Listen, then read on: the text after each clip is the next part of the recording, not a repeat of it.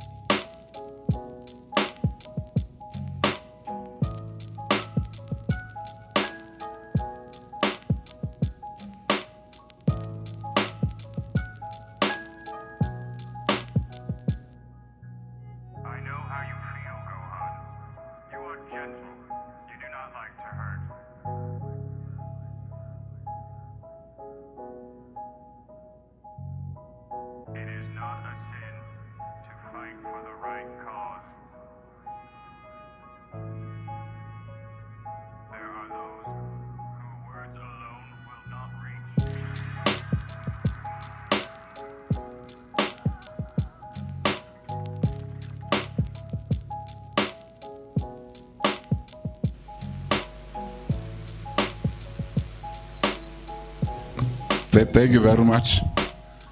We appreciate that you are here so that we could continue as government to update you on measures that we continue to take and also to update as it relates to the lockdown with one purpose in mind: to save our people in our country, to ensure that this coronavirus indeed does not spread rapidly throughout our various villages, our towns and our cities.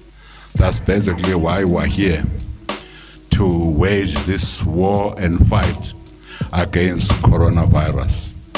Without any further ado, I will call upon Minister of COGTA, Minister Nkosazana Dlamini Zuma, to come and speak to us.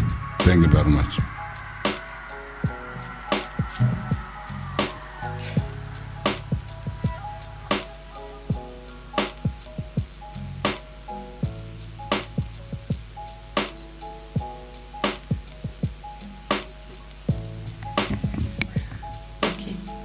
Ngiyabonga sanibonani nonke eSouth Africa. Njengoba sasishilo ukuthi njengoba isimo siqhubeka siya ngokushuba, nathi sifunda njengoba phela lesifo siyaqala ukufika la eSouth Africa. Sifunda imithetho ele ama regulations azoloku eshintsha. Amanye mhlawumbe azoxekiswa, amanye aqiniswa. Namhlanje ke sizokhuluma ngamanye awo. As we have said that as the situation evolves, the regulations will keep changing. As some may be relaxed, some may be strengthened and become more stringent. And as it were, we have learned a few lessons from the past week of the shutdown. One of the things that we have realized is that spaza shops were supposed to be open, but for some reason, some were asked to close. So we're just clarifying that all spaza shops should be opened, including, now we've included informal food traders. So those who are trading in food informally, they are also allowed, but they must just get a permit from their councillor or from their municipality, and they are free to trade. The other issue that has been a problem, and we would like to really apologize to South Africans who have been affected, has been the issue of traveling from one province to the other for funerals. Because even though funerals are not a prohibited gathering if there are 50 people, we had not said anything in the regulations about how people should move to the funerals. But because there was a prohibition of movement between provinces, this then affected people who wanted to move from one province to the other for funerals.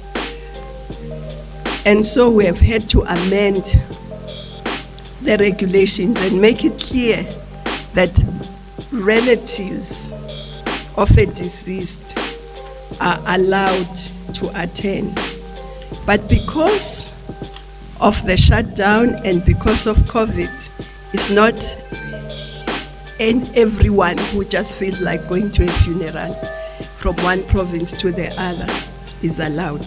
Those who are allowed to move between provinces and districts would be close relatives, like the spouse or partner of the deceased, the children of the deceased, whether they are biological, adopted, that is or stepchildren, or also if they are guardian, a person who was their guardian. passes away. The children-in-law of the deceased, that's daughter and son-in-laws, parents of the deceased, whether they are biological, adopted, or stepchildren, or guardians. Siblings, whether they are biological, adopted, step, or sister of the deceased, grandparents of the deceased, or persons closely affiliated with the deceased, because sometimes people get very close and even closer than biological relatives. So in that case, people are allowed to travel across the boundaries of the provinces. But that does not increase the number of people who should be at the funeral. The number of the people who should be at the funeral is still 50. And there is still no night vigils allowed. Night vigils are prohibited. And as we explained before, it's not to punish, it's not to limit, but it's because of the nature of this disease and how it spread. We've seen that this disease spreads very quickly, extensively, especially in church services. We've seen it in Korea, now we've seen it in Mangaung. And funerals are like church services. And night vigils are even worse. People get very close in a small area. So night vigils are still prohibited. Funerals are allowed, only 50 who attend the funeral. Now, so we've been receiving many questions, so some I will just try and answer here as well. Some have asked us whether the undertakers are included in the 50. The answer is no, because normally undertakers bring the body and the family or whoever takes the body into the service, and they don't normally become part of the service. So they are not included. I've also received lots of questions from the rural areas where people dig their own graves, in terms of communities dig their own the graves. Whether the people who are outside digging the grave during the funeral service are also part of the 50. No, they are not part of the 50 because they are outside. They are just digging the grave. So I thought I should answer those questions. And also, so that's really about funerals. But how do you cross the boundary without the police stopping you and saying, no, you can't cross? You have to have a permit. And the permit, who is the head you can get from the magistrate, who is the head of the office, or you can get it from a station commander or the most senior person at the station. And they will then give you a permit which you will show to the police as you cross the boundary and travel, because there are lots of roadblocks along the way.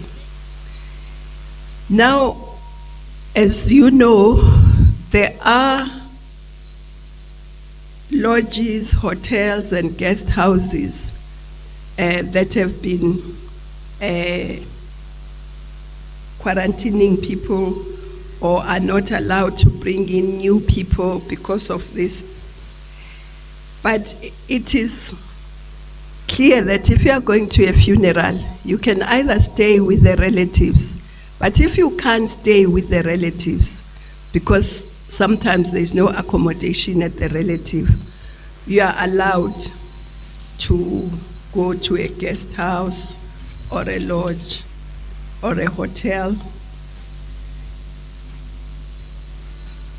And of course, the rules apply. If they want to screen you, they'll screen you and then allow you in. But if it's a hotel or a lodge that has people who are being quarantined, it may not be possible. But I'm just clarifying that yes, you can stay in a hotel or lodge or guest house, depending on the condition of that guest house and lodge, if you cannot stay with relatives. And I see that the Minister of Home Affairs is not here, so he's coming. Okay, he'll clarify the questions, but I will just stress that people are allowed. The borders are closed except for goods, essential goods that are going to our neighboring countries, but also for medical emergencies across the border.